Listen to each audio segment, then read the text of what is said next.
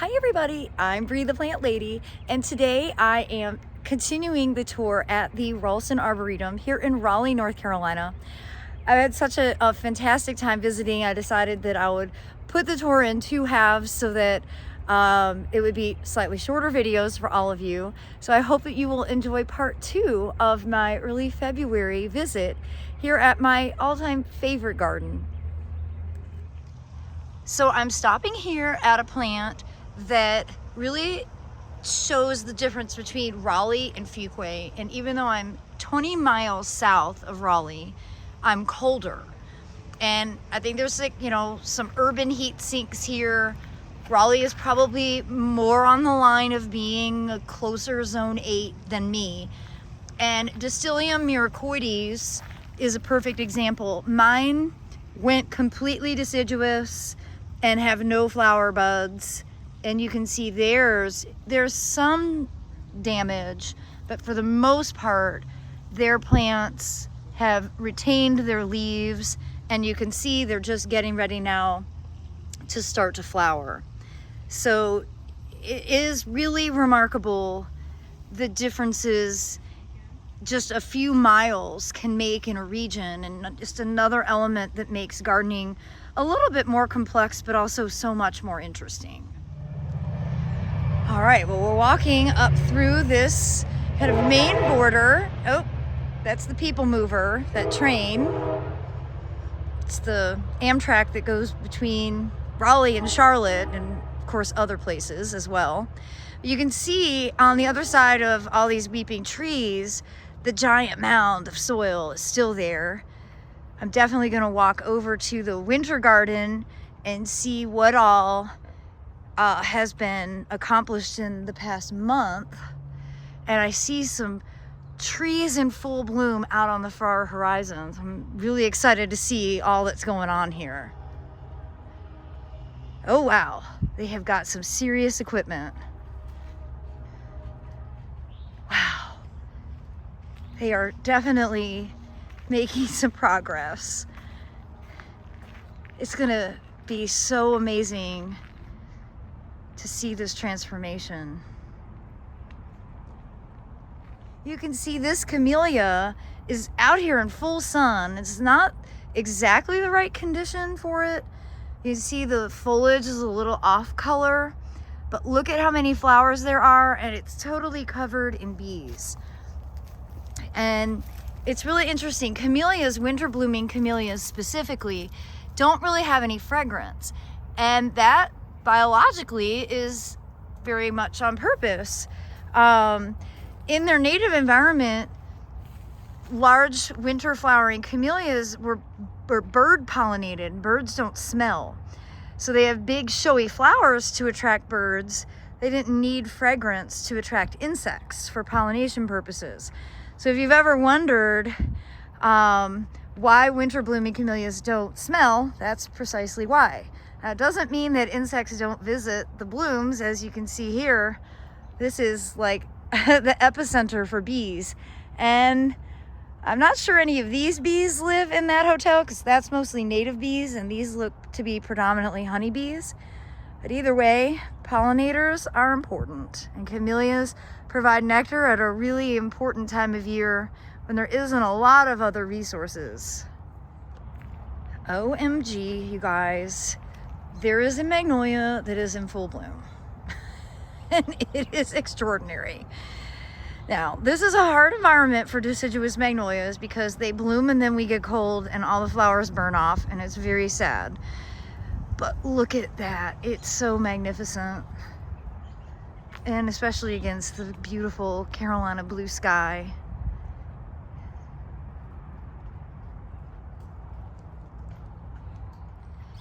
Well, this has always been one of my favorite parts of the winter garden. We've got cornus moss in full bloom, and then look at all the February gold narcissus or daffodils in bloom in mass all over the ground plane.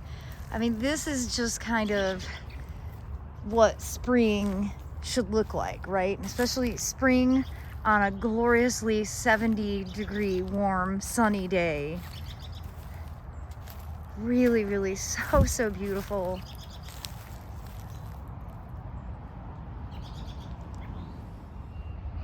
Of course, one of my favorite trees here at the Ralston Arboretum is the Sequoia sempervirens, the Redwood.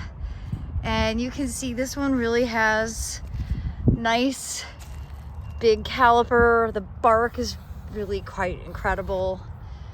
And this is all part of the winter garden. So there's lots of broadleaf evergreens, things like Ilex opaca, our native holly, and mahonias back there that are just about finished blooming, and camellias that are really just starting to bloom. This is a really extraordinary one. Let's see if I can find a tag. I know better than to ever try and ID.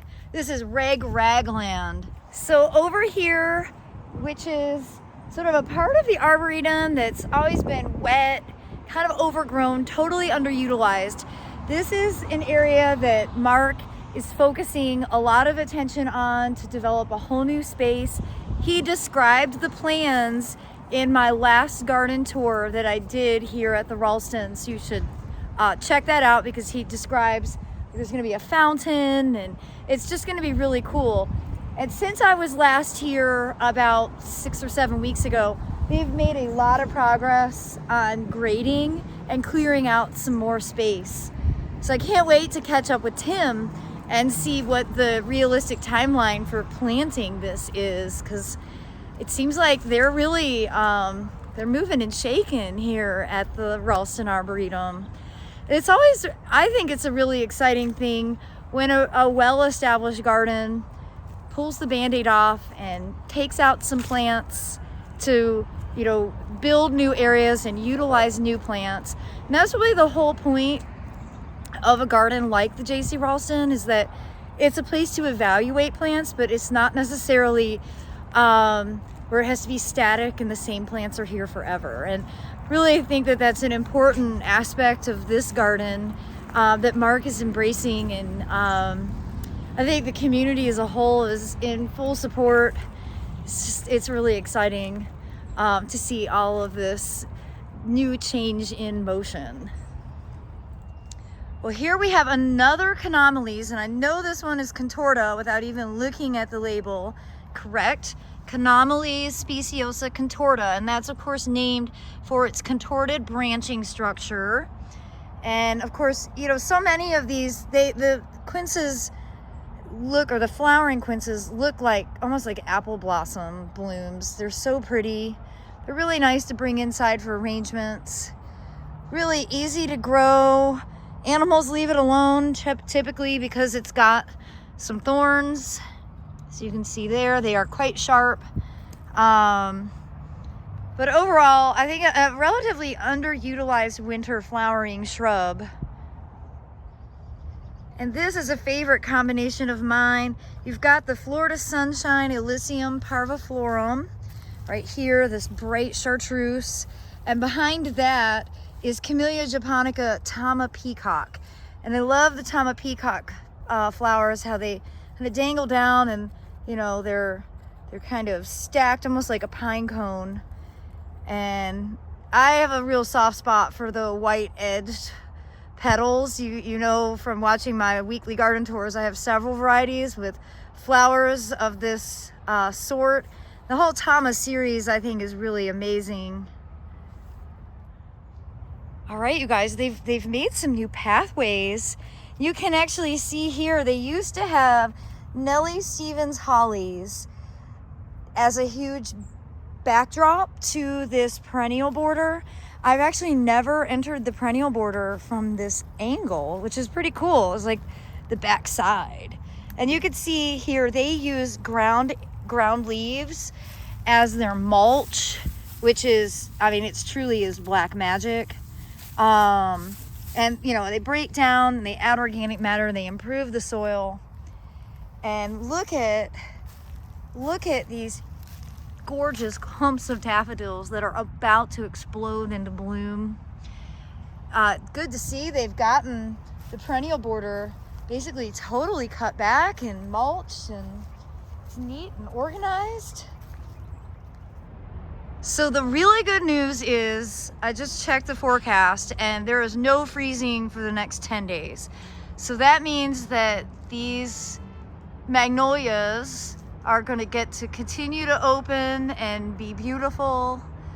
Usually what happens is they flower and then we suddenly get cold and all the flowers burn off. This beautiful one is a hybrid of Lobneri. This is called Ballerina. And there's a lot of different magnolias over in this section of the garden. See, there's one blooming up there. That looks like a Prunus mume blooming back there. And they have quite an extensive deciduous magnolia collection here. That's a plant I don't have very many of, mostly because I feel like almost every year the flowers burn off, but I do enjoy coming here to see them in bloom. It hurts my feelings less. I've got a nice pink one blooming here, just starting to flower. Let's see if I can't get a little closer.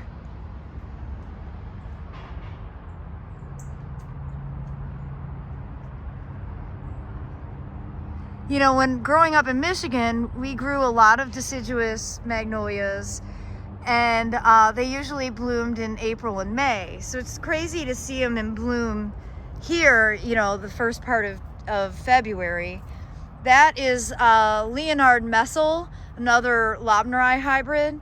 And you can see at the base of it are a huge patch of Hellebores. And you know, I always talk about how I cut my hellebore flowers off and use them in floating arrangements. And that's essentially to avoid the massive amount of seed set.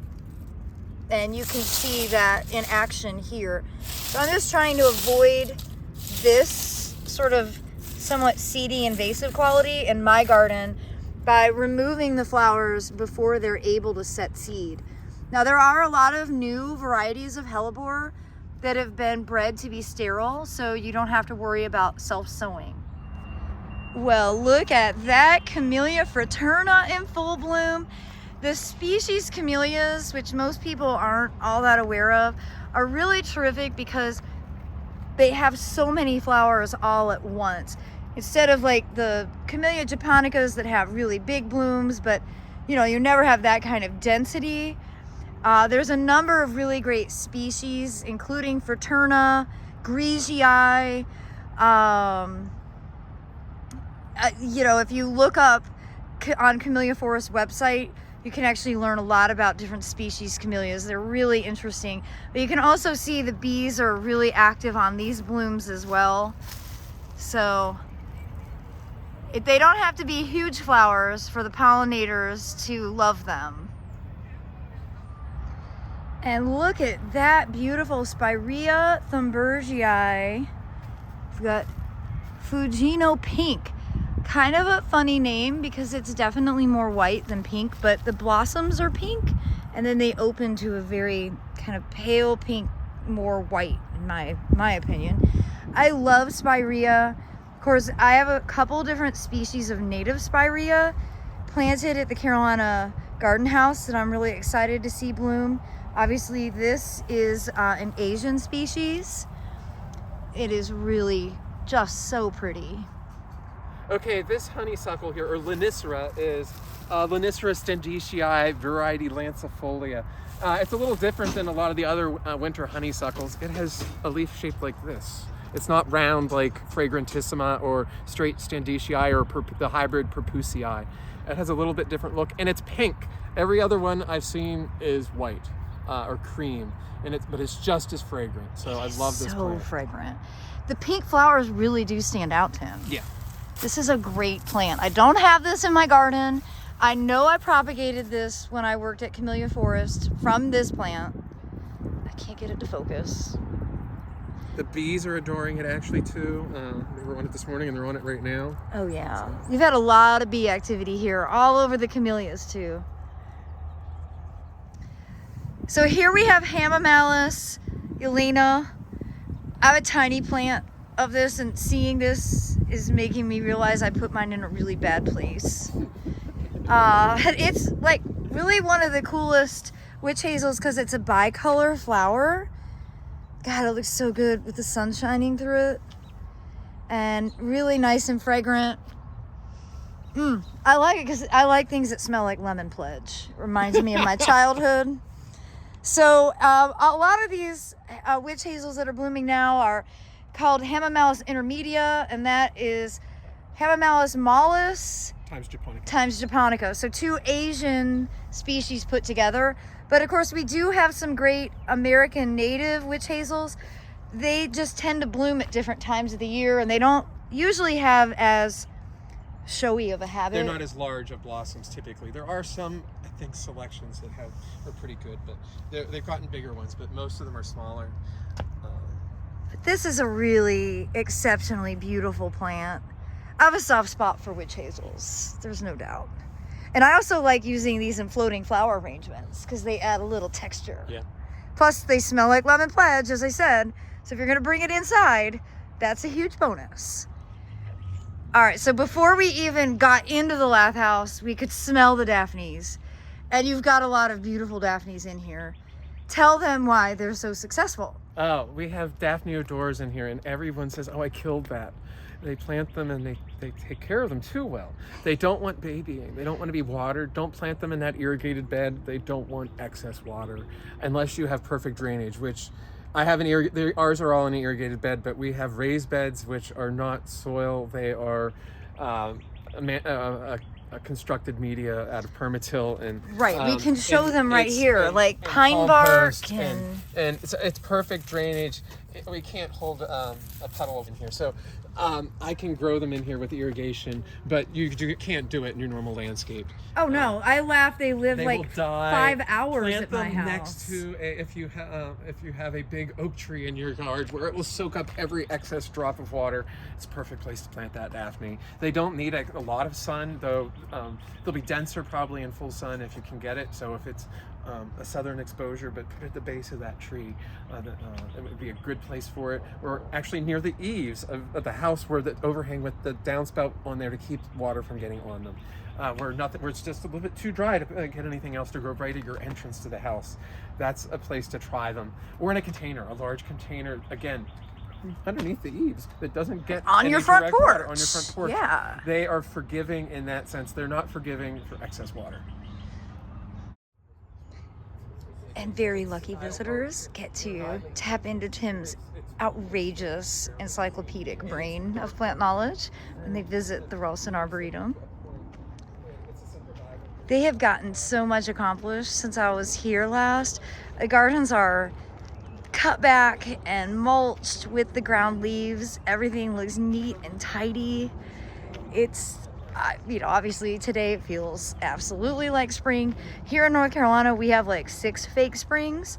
So this definitely counts as day 1 of first fake spring. This is one of the hoop petticoat types. This is one called spur rot, which I don't know if Bree can get that. Oh yeah. What I do know about this one, it was a breeder in New Zealand. And I don't remember that. I haven't looked it up recently, so I can't tell you more specifics than that. But my guess is it probably has Narcissus cantabricus in it or something like that. But it's always been a good one for us here. It's just this soft yellow. It almost it glows kind of, especially against the dark green foliage. I love how tiny the foliage is. Yes, and some of these hoop petticoats are great. And this has been in here. When did I get? I got this in 2010. Wow, and it's growing in scree. We have it in the scree conditions. So I think most of these hoop petticoat types are from Northern Africa, over into the Middle East, from what I understand. I haven't looked up specifically on that, but that's, if I remember most, that's where they're from. So in a few weeks, I think it's a week from this coming Saturday, we are having I forget what its title is, something about getting rid of the lawn, more or less. So behind us, we have our flowering lawn here at the Arboretum. A few things flowering back in here, just as some inspiration for you. I think you can probably see some narcissus here in flower. A few minutes ago we looked at a different narcissus, but this is another hoop petticoat type. This is white petticoat, and it's a cross between Narcissus cantabricus and Narcissus bulbicodium golden coin, I think I looked up. I had the name yesterday for a talk, so it's like it's a semi-fresh in my mind. It's golden something, but anyways, so it's doing very well over here for us. They just started flowering. They'll be flowering for the next 3 weeks, probably at least. I just want to say, because I had somebody very kindly be like, "Oh, you just have the botanical Latin roll off your tongue." I am nothing compared to this one, y'all. All the botanical Latin I know is because I learned from him. You're lucky that I did a talk in this area yesterday. So it's like, Well, for anybody interested in getting rid of your lawn, you should check out. I will add that to the in-person is unavailable. It is filled, but perfect. Online the only. Zoom online is still available. We can fit more people online. I don't know how. Right? Like, yeah. And just a plug, I have a bunch of really, really fun programs. Not until like the end of May and June, and then a super cool foodscaping, a 2-hour session in person. Then the following week, we're going to come out to my house and do a yard to table cooking class. And I think it's going to be awesome. I'm super excited for the programming that I'm organizing with you guys at the Arboretum. So thanks for keeping it up. Yep. And another favorite winter bloomer is Iris Ungligularis. This is Winter Echoes. You can see it's just this absolutely adorable winter flowering iris. I have this growing at home, and I don't think mine's blooming yet. I'm gonna have to check. Well, everybody, I hope that you have enjoyed this week's tours here at the Ralston Arboretum. And I want to give a special thank you to my dearest friend Tim for touring around and sharing your knowledge. It got me out of doing some other things, so it was kind of fun. I'm a good bad influence. Yeah. Let my student worker, actually not student anymore, but one of my assistant do some of the work. So. Well, everybody, if you haven't had a chance to visit the Ralston Arboretum, remember, it's free, it's open to the public. Basically, 8 to 4:30 Yeah, every right day? now on weekdays, and weekends I think currently is it maybe 10 to 5 or something like that. It's a little bit different. I can't remember. Check the website. It's going to change then again in March. So again, check the website. And there is never a bad time to visit here, except that I was supposed to come last week, but I had a really bad head cold, and it was horrible weather. Yeah, Tuesday afternoon through Friday morning. It was awful. I can't believe the difference in a week. So I'm glad my head cold kept me home, and I'm here now. Well, everybody, again, thanks so much for watching, and I'm wishing you all the very best in your gardens. Take care.